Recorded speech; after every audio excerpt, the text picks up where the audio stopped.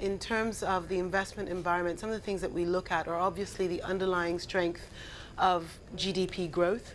We look at the sort of general investment climate, strength of the financial markets. We will look at also transparency, the regulatory environment. And I have to say that if you take it from a point of view of economic growth, if you look at a country like Nigeria, despite the issues of the global economic crisis in 2009, we still registered an economic growth of better than 6%. And the expectation is that that's going to continue going forward. In terms of transparency in the financial markets, despite the turbulence that was created by the central bank in kind of bringing reforms into the financial services sector, that's actually a strength for the market because you actually see greater transparency. You have a better sense of the underlying performance and strength of the banking sector.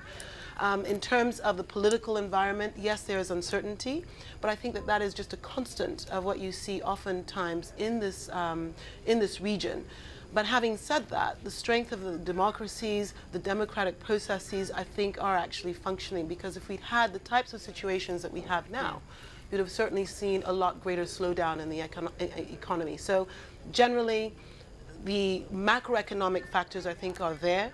And more importantly, you also have a very strong and growing consumer class. You have more people moving out of subsistence and into lower middle income and so forth. So the general fundamentals, I think, are very strong. Well, certainly just from the few hours that we've spent at WEF already, you get this overwhelming sense of this colossal feeling that there's this massive investment opportunity that Africa boasts. Given all that you've said, though, there are certainly risks and challenges that present itself. Sure. What do you see as the major risks and challenges of investing on the continent? I think the risks are fourfold. I think that you have one, continued uncertainty in terms of the political and regulatory environment.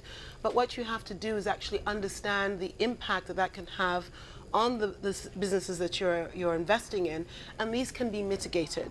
One of the strengths, I think, is just the significant growth of the private sector. There's a private sector engine, and many businesses can, in their own way, be somewhat immune to these political and regulatory risks. The second area that people often don't think about is the challenge of management and the challenge of talent.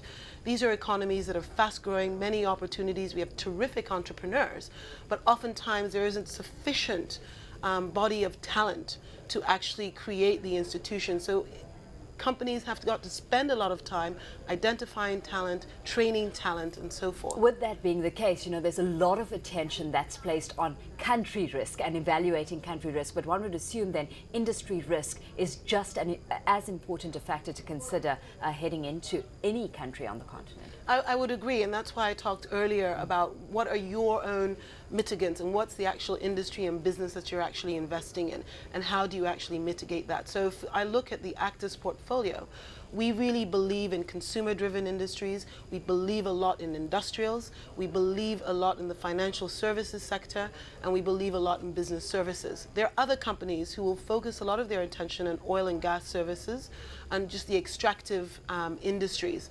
And I think it really depends on your own investment strategy, your own skills, how you choose to play each of those segments.